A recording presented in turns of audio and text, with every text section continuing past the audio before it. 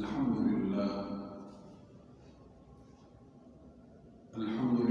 نحمده ونستعينه ونستغفره ونستهديه ونستنصره ونؤمن به ونتوكل عليه ونعوذ بالله من شرور أنفسنا ومن سيئات أعمالنا من يهده الله فلا مضل له ومن يضلله فلا هادي له ونشهد أن لا إله إلا الله وحده لا شريك له ونشهد أن سيدنا وسندنا وحبيبنا ومولانا محمدا عبده ورسوله أما بعد فأعوذ بالله من الشيطان الرجيم بسم الله الرحمن الرحيم قد أفلح المؤمنون الذين هم في صلاتهم خاشعون والذين هم عن اللغو معرضون والذين هم للزكاة فاعلون والذين هم لفروجهم حافظون إلا على أزواجهم أو ما ملكت أيمانهم فإنهم غير ملومين فمن ابتغى وراء ذلك فأولئك هم العادون. وقال النبي صلى الله عليه وسلم يا معشر الشباب من استطاع منكم الباءة فليتزوج ومن لم يستطع فعليه بالصوم فإنه له وجاء أو كما قال النبي صلى الله عليه وسلم صدق الله ورسوله وصدق نبيه الكريم ونحن على ذلك لمن الشاهدين والشاكرين والحمد لله رب العالمين. اللهم صل على محمد وعلى آل محمد كما صليت على إبراهيم وعلى آل إبراهيم إنك حميد مجيد. اللهم بارك على محمد وعلى آل محمد كما باركت على إبراهيم وعلى آل إبراهيم إنك حميد مجيد. واجب الاحترام میرے مسلمان بھائیوں، قابل قدر بزرگوں اور میرے عزیز نوجوان ساتھیوں، اللہ رب العالمین نے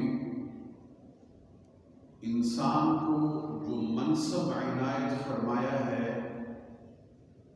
وہ منصب اشرف المخلوقات ہونے کا ہے. یعنی اللہ رب العالمین کی لاتعداد مخلوقات ہیں.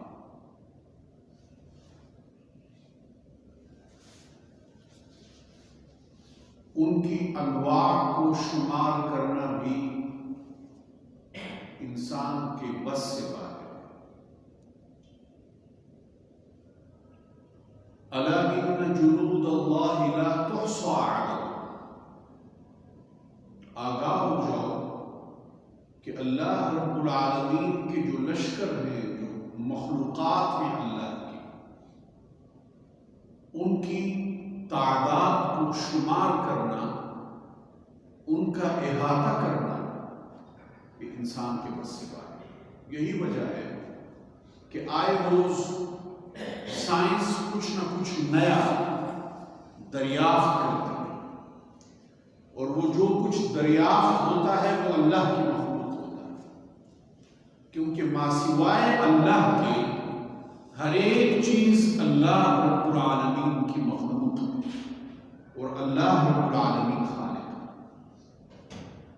تو جب انسان کو یہ کہا جائے کہ آپ اشرف المخلوقات ہیں، یا آپ کو جو منصب اللہ رب العالمین نے عنایت کیا ہے وہ اشرف المخلوقات ہونے کا ہے، تو پھر اس کا مطلب یہ ہے کہ اللہ رب العالمین نے جتنی بھی مخلوقات پیدا فرمائی کہ جن کا گننا ہمارے بس سے باہر ہے، انسان کو ان تمام سے افضل ہے.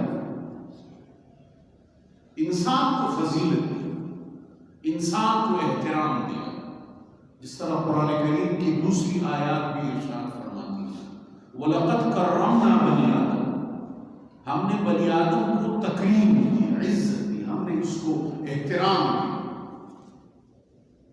اور اسی طرح لَقَدْ خَلَقْنَا الْإِنسَانَ فِي أَحْسَنِ تَقْوِيمٍ، اور وَإِذْ قَالَ رَبُّكَ لِلْمَلَائِكَةِ إِنِّي جَاعِلٌ فِي الْأَرْضِ خَلِيفَةً، کہ میں زمین میں اپنا خلیفہ، اپنا نائب بنانے جا رہا ہوں، اور وہ آدم علیہ السلام، وہ انسان تھا۔ تو یہ تمام تر آیات انسان کی فضیلت اور اس کے اشرف ہونے کے اوپر دلالت کرتی ہے۔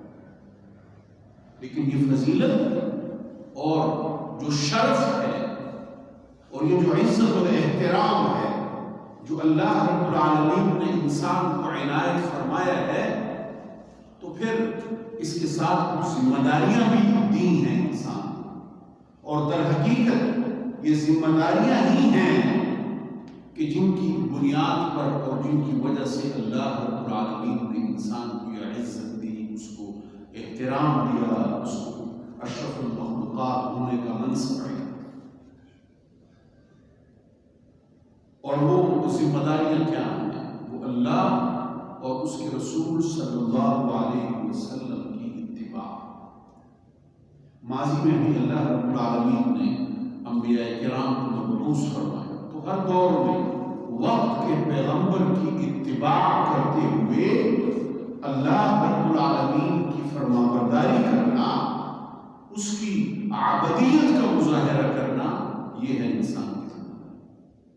اور اس ذمہ داری کی بنیاد پر اللہ رب العالمین نے زمین کا جو انتظام اور انصرام ہے، زمین کے جو معاملات، یہ انسان کے سپرد کیے اور اس کو اپنا نائب و خلیفہ۔ اب یہ جو ذمہ داری ہے کہ آپ نے اللہ اور اس کے رسول صلی اللہ علیہ وسلم کی اطاعت کرنی، فرمانبرداری کرنی، آپ اگر یہ کریں گے تو اشرف المخلوقات ہونے کے منصب پر فائز ہوں گے۔ اگر اللہ اور اس کے رسول کی اتباع اور اطاعت اور فرمانبرداری ہماری زندگیوں میں نہیں ہے تو پھر ہم دوسرے حیوانات کی طرح حیوان ہیں، بلکہ شاید ان سے بھی پھر بے گزرے۔ اولئک کالانعام بل هم اضل ولقد ضربنا لجهنم كثيرا من الجن والانس لهم قلوب لا يفقهون بها ولهم اعين لا يسمعون بها لا يبصرون بها ولهم آذان لا يسمعون بها اولئك كالانعام بل هم اضل واولئك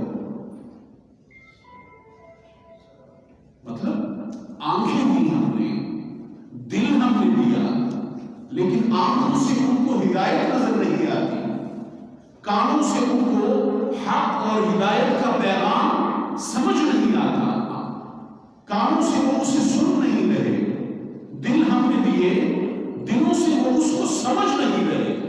تو جب یہ تمام تر ہم نے ان کو ذرائع دیے، ہم نے ان کو آنکھیں بھی دی، ہم نے ان کو کان بھی دیے اور ہم نے ان کو دل بھی دیا، اور یہ تمام تر وہ ذرائع ہیں کہ جن سے انسان حق بات کو سنتا ہے، دیکھتا ہے، پرکھتا ہے، سمجھتا ہے، اور پھر اس کے بعد فیصلہ کرتا ہے۔ شعور اللہ نے دیا، فیصلہ کرنے کا اختیار اللہ رب العالمین نے دیا۔ تو جب یہ تمام تر ذرائع اللہ رب العالمین نے انسان کو دیے، یہ تمام تر سمجھ بوجھ اللہ رب العالمین نے انسان کو عنایت فرمائی، اور اس کے باوجود یہ صحیح فیصلہ نہیں کرتا، وقت کے پیغمبر کے اوپر ایمان نہیں لاتا، اللہ کی وحدانیت کو تسلیم نہیں کرتا، تو فرمایا اولئک کالانعام، یہ پھر چوپانوں کی مانند میں، حیوانات کی مانند وہ بھی پیٹ کے لیے جیتے ہیں، صبح اپنے گھونسلوں سے، اپنی غاروں سے، اپنے مسکنوں سے نکلتے ہیں، کچھ نہ کچھ رزق کی تلاش کرتے ہیں، خود بھی کھاتے ہیں، کچھ اپنے بچوں کے لیے بھی لے کر آتے ہیں، اور پھر رات گزرتی ہے، پھر اگلا دن طلوع ہوتا ہے، پھر نکلتے ہیں پیٹ کا بندوبست کرنے کے لیے۔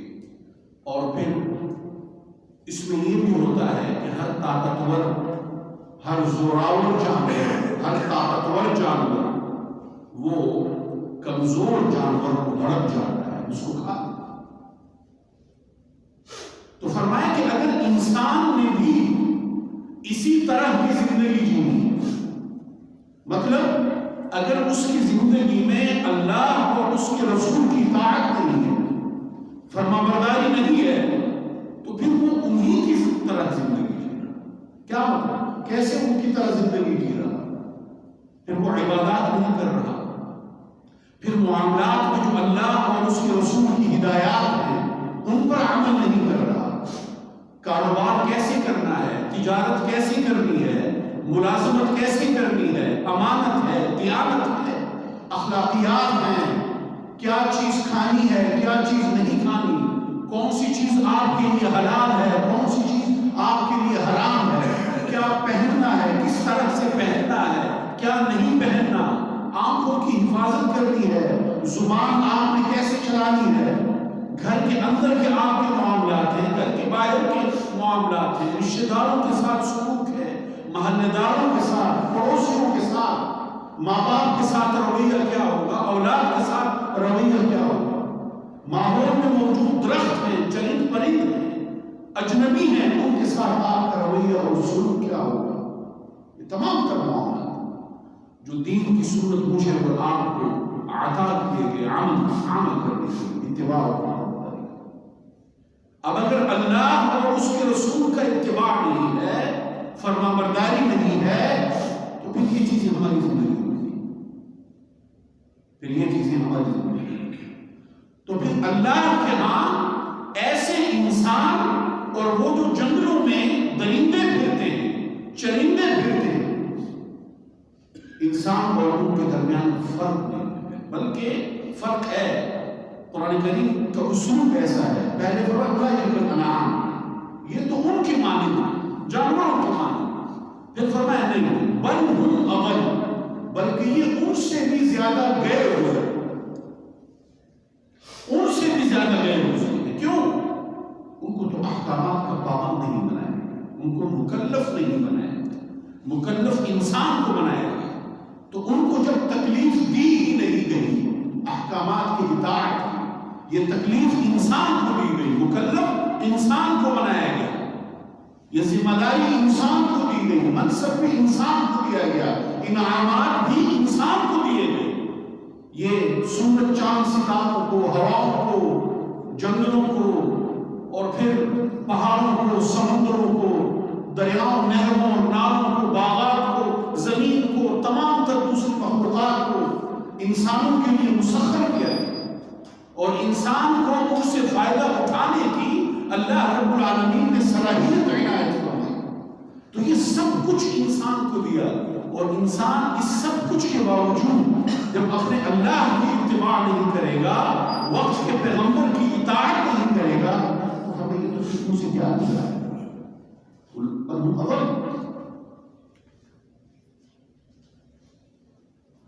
تو اس بنیاد پر اللہ رب العالمین نے انسان کو یہ منصب رکھا ہے۔ ہمارے یہاں ایک بات کی جاتی ہے کہ جی انسان تو فرشتوں سے افضل ہے، بابا پہلے اس منصب کے اوپر فائز تو ہو، کیا ہر انسان فرشتوں سے افضل ہے؟ ایک انسان کی اس کی زندگی میں اللہ اور اس کے رسول کی اطاعت نہیں، فرمانبرداری نہیں، گناہ آلود زندگی، یا وہ انسان جو سب سے مومن ہی نہیں ہے، کیا اس کے بارے میں کہا جائے گا کہ وہ فرشتوں سے افضل ہے؟ ایسی بات نہیں۔ آئیے پہلے اس منصب کے اوپر فائز ہو جائیے، پھر بات کہ آپ فرشتوں سے افضل ہیں۔ تو اس منصب پر فائز ہونے کے لیے اللہ رب العالمین نے دین کی صورت میں انسانوں کو لائحہ عمل دیا ہوا ہوتا ہے، ایک نظام دیا ہوا ہوتا ہے کہ جس کے اوپر انسان نے عمل کرنا۔ تو اس حوالے سے قرآن کریم کی کچھ آیات ہیں قرآن کریم جگہ جگہ انسانوں کو احکامات حکم دے. قد افلح المؤمنون الذين هم في صلاتهم خاشعون. قرآن کریم کی یہ جو آیات ہیں یہ مومنین کی فلاح اور مومنین کی کامیابی کی بات کرتی ہے. یہ آیات فلاح بڑا وسیع مفہوم یہ ہو گیا. کامیابی ہمارے ہاں کامیابی کا تصور بڑا ہی محدود ہے، بہت محدود، اور اس مادی دور میں تو یہ تصور مزید محدود ہو. آپ کے پاس پیسے ہیں تو آپ کامیاب ہیں، آپ کے پاس پیسے نہیں ہیں تو آپ صاحب اثر اور صاحب رسوخ ہیں تو آپ کامیاب ہیں. آپ کا اگر کوئی اثر اور رسوخ نہیں ہے تو آپ محدود قسم کا. آپ فرسٹ آ گئے ہیں تو آپ کامیاب ہیں، آپ فرسٹ نہیں آئے تو پھر آپ سیکنڈ آئے، اور چونکہ آپ سیکنڈ آئے ہیں آپ سے ایک پہلے ہے تو وہ کامیاب ہے اور آپ کامیاب. یہ ایک تصور ہے، ایک مالی تصور ہے جو موجودہ دور میں انسانوں کو دیا گیا ہے کہ کامیابی کیا ہے اور ناکامی. فلاح قرآن کریم جس فلاح کی بات کرتا ہے، قرآن کریم جس کامیابی کی بات کرتا ہے وہ کامیابی بہت وسیع و عریض ہے اور اپنے اندر بڑا وسیع و عریض مفہوم لیے ہوئے. ایک دوسری آیت اس کو بیان کریں، من زحزح عن النار وادخل الجنة فقد فاز. من زحزح عن النار وادخل الجنة فقد فاز. جس کو جہنم سے بچا لیا اور جنت میں داخل کر دیا گیا تحقیق وہ ہے کامیاب، وہ ہے. بے شک دنیا میں یہ کئی سارے امتحانوں میں محنت اور کوشش کے باوجود فرسٹ نہیں آ پایا. یہ کوئی بہت زیادہ بینک بیلنس اکٹھا نہیں کر پایا، بہت زیادہ کوئی پراپرٹی اکٹھی نہیں کر پایا، بہت زیادہ کوئی اثر اور رسوخ یہ حاصل نہیں کر پایا اپنے ماحول، اپنے سماج اور معاشرے میں. لیکن اگر اس کی جو عمومی زندگی ہے وہ یوں گزری کہ اس نے اللہ اور اس کے رسول کی اطاعت کی، گھر کے اندر بھی گھر کے باہر بھی، خلوت میں بھی جلوت میں بھی، تنہائی میں بھی اور لوگوں کے درمیان بھی، اپنی نجی انفرادی زندگی میں بھی اور اپنی اجتماعی معاشرتی اور سماجی زندگی میں بھی محنت اس نے کی، اللہ کے اوپر توکل کیا اور ایک عزت دار زندگی گزار کے چلا گیا. اور میں منظور سے عن النار، اس کو جہنم سے بچا لیا گیا اور جنت میں داخل کر دیا گیا. فرمایا فقد فاز، یہ ہے کامیاب. تو انسانی فلاح، انسان کی کامیابی یہ وسیع و عریض مفہوم لیے ہوئے. آپ محنت کرتے ہیں اور محنت کے بقدر اللہ رب العالمین اپنے فضل اور کرم سے جتنا بھی آپ کو عنایت کر رہے ہیں اس میں دوسروں کے ساتھ مقابلہ نہیں ہے، دوسروں کے ساتھ مسابقہ نہیں ہے. اسلام جو تصور ہمیں دیتا ہے مقابلے اور مسابقے کا وہ کیا ہے؟ وہ یہ ہے کہ سابقوا الی مغفرۃ من ربکم وجنۃ عرضها كعرض السماء والارض. آپ نے اگر مقابلہ کرنا ہے تو مقابلہ کس چیز میں کیجئے؟ اللہ کی فرمانبرداری میں کیجئے. مقابلہ اس چیز میں نہیں ہے کہ اس کے پاس اگر ایک گاڑی ہے تو میرے پاس دو گاڑی ہے. یقیناً آپ کے پاس دو گاڑیاں آ جانی چاہیے، لیکن وہ آپ کی محنت اور اللہ کے اوپر توکل کرتے ہوئے اللہ کے فضل کی بنیاد کے اوپر ہو، اور دوسرے انسان آپ کے ذہن میں نہ ہو. یہ حسد ہے. یہ اسی چیز سے قرآن کریم اور حضور علیہ السلام ہمیں منع فرماتے ہیں.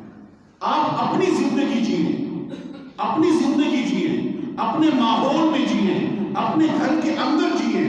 دوسرے کے گھر میں جھانک کر، دوسری کی زندگی میں جھانک کر آپ زندگی نہ جیئیں. اور پھر اس کے بعد جو ہمارے ہاں ریس ہوتی ہے اور ریس ہوتی ہے، ریس بھی ہوتی ہے اور ریس بھی ہوتی ہے.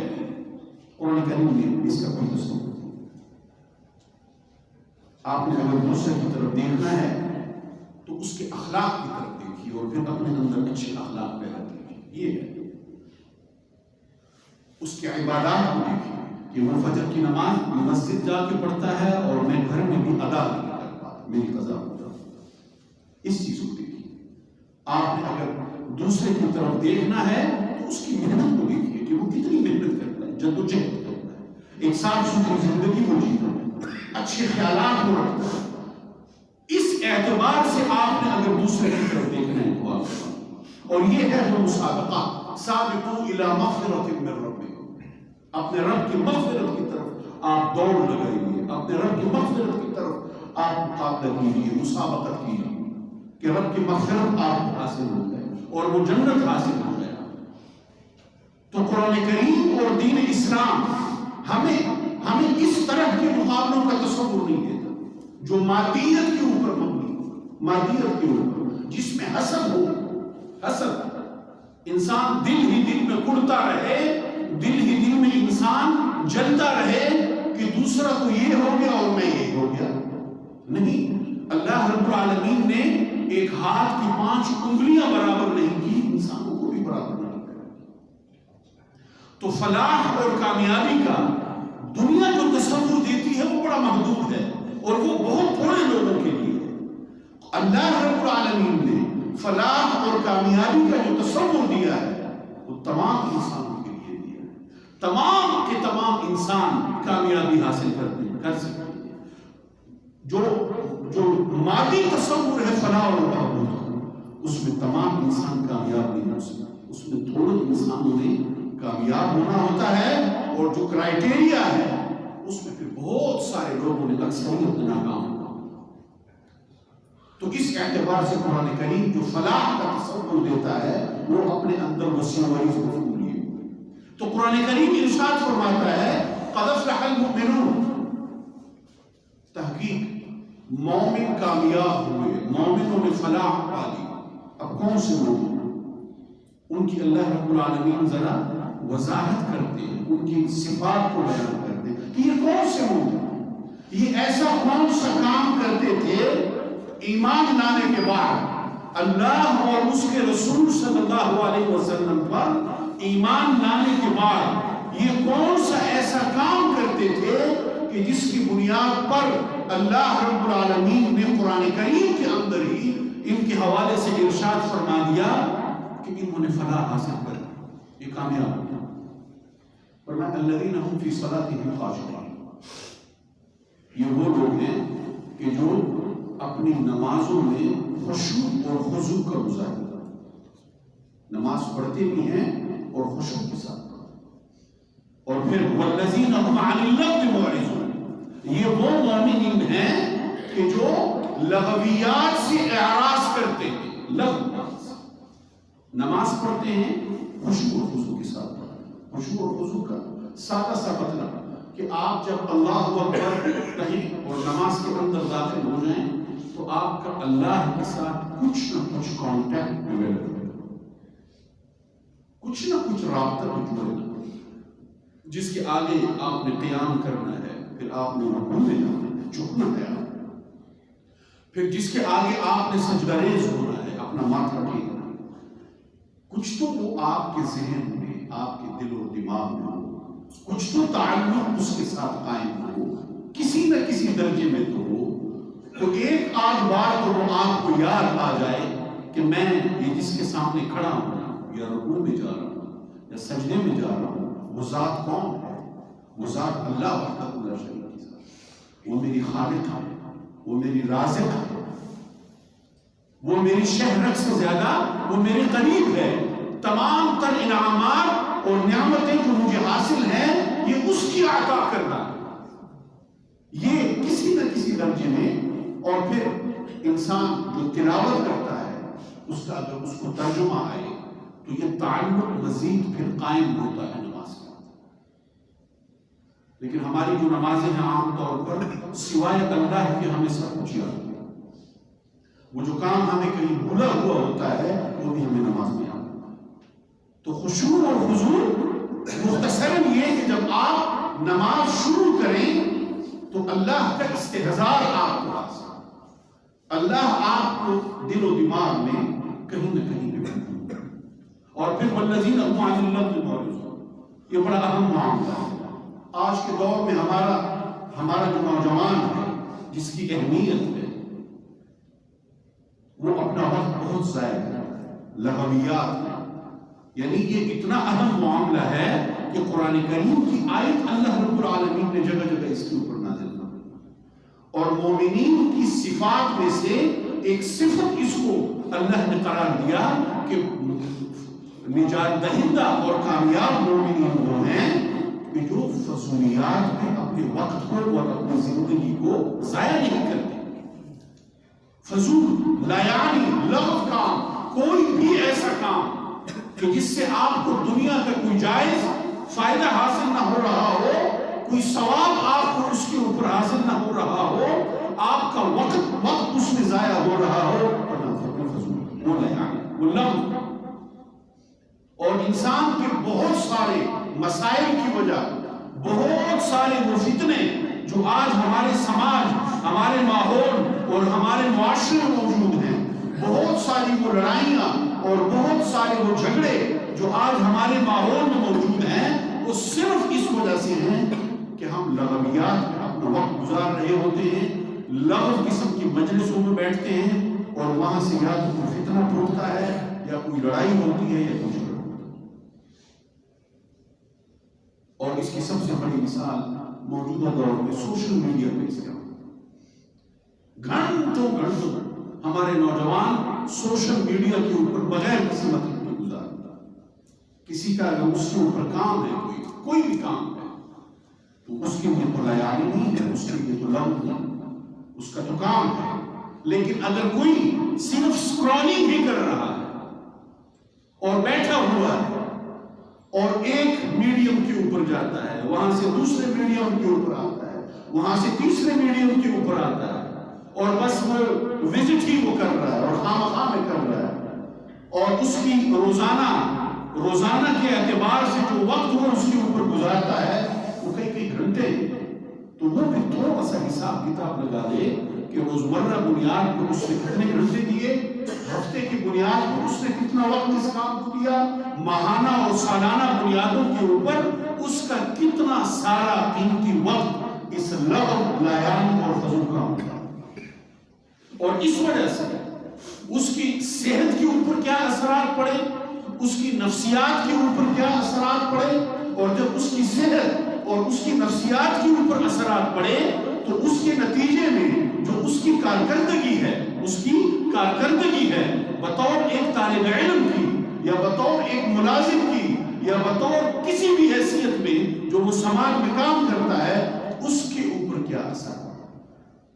گھر میں اس کے تعلقات میں، اس کی بیوی کے ساتھ، اس کے بچوں کے ساتھ، یا پھر اگر وہ طالب علم ہے تو اپنے ماں باپ کے ساتھ، اپنے بہن بھائیوں کے ساتھ، ان کے اوپر کیا اثر.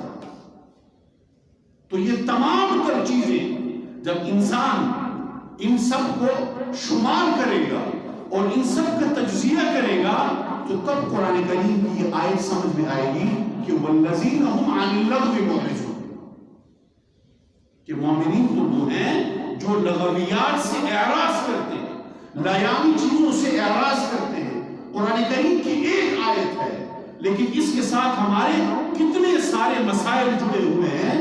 ہماری جسمانی صحت کے بھی مسائل اس کے ساتھ، ہمارے نفسیاتی مسائل بھی اسی کے ساتھ، ہماری کارکردگی کے مسائل بھی اسی کے ساتھ، ہمارے تعلقات کی نوعیت بھی اسی کے ساتھ، سب کچھ اسی کے ساتھ جڑا ہوا ہے. سب کچھ صرف ایک آیت ہے والذین هم عن اللغو، وہ لوگ جو لغویات سے اعراض کرتے ہیں. اور اس دور میں نوجوانوں کو کئی سارے مسائل ہوتے ہیں. عدم برداشت ہمارے نوجوان کا ایک بہت بڑا پہلو ہے اس دور میں. اس کے اندر برداشت بہت جلد غصے میں آتا ہے. وہ غصہ گھر کے اندر ہو، وہ غصہ کلاس روم میں ہو، وہ غصہ اس کی ورک پلیس کے اوپر ہو، وہ کہیں پہ بھی ہو، وہ عدم برداشت ہو جائے. وہ غصہ مذہبی حوالے سے ہو، وہ لسانی حوالے سے ہو. ان چیزوں کو جب آپ ایک بڑے کینوس میں دیکھیں گے، ایک بڑی تصویر میں دیکھیں گے، تو پھر یہ جو وقتاً فوقتاً ہمیں واقعات اور حادثات رونما ہوتے ہوئے نظر آتے ہیں کہ کہیں پہ کوئی کسی کو ایک جتھا ہوتا ہے کسی کو جلا دیتا ہے، کہیں پہ ایک جتھا ہوتا ہے وہ گاڑیوں کو نظر آتا جتھا ہوتا ہے وہ دکانوں کو نظر آتش کرتا ہے، کہیں پہ وہ ایک جتھا ہوتا ہے وہ ایک طرح کا فساد کرتا ہے، دوسری طرح کا فساد کرتا ہے. یہ چھوٹی چھوٹی چیزوں سے یہ بنتے، ہاتھ سے یوں ہی رونما نہیں ہوتے. قطرے قطرے سے سمندر بنتا ہے، ذرے ذرے سے صحرا بنتا ہے.